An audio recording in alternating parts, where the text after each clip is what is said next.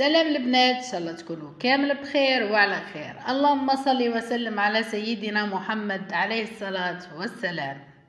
كما كنت تشاهدوا يا البنات، اليوم وصفتنا هي اللوبيا جريني او اللوبيا الحمراء. هاي نروح نشوفوا كيفاش طيبتها.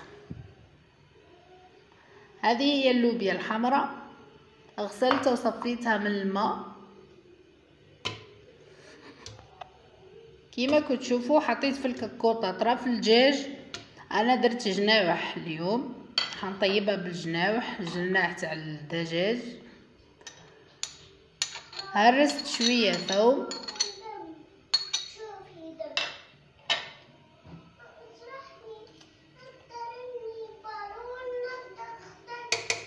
حطيت عليهم شويه ملح،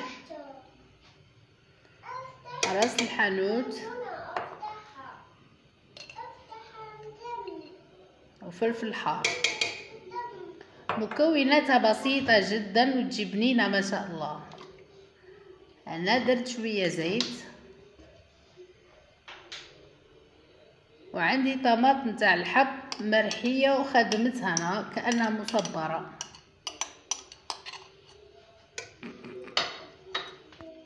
حركت المكونات كامل في بعضها باش يدخلوا هذوك التوابل في الدجاج، ومن بعد ضفت اللوبيا. هنا بعد ما ضفتها راح نحطها على نار هاديه 4 ساعات تتخلى، ومن بعد نمرقها ونغلق على الكفر.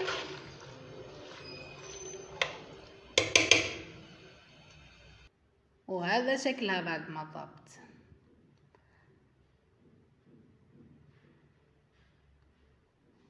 وضرب عليا نقول لكم غير تهلاو في رواحكم وتبقوا على خير. الى فيديو اخر ان شاء الله. سلام.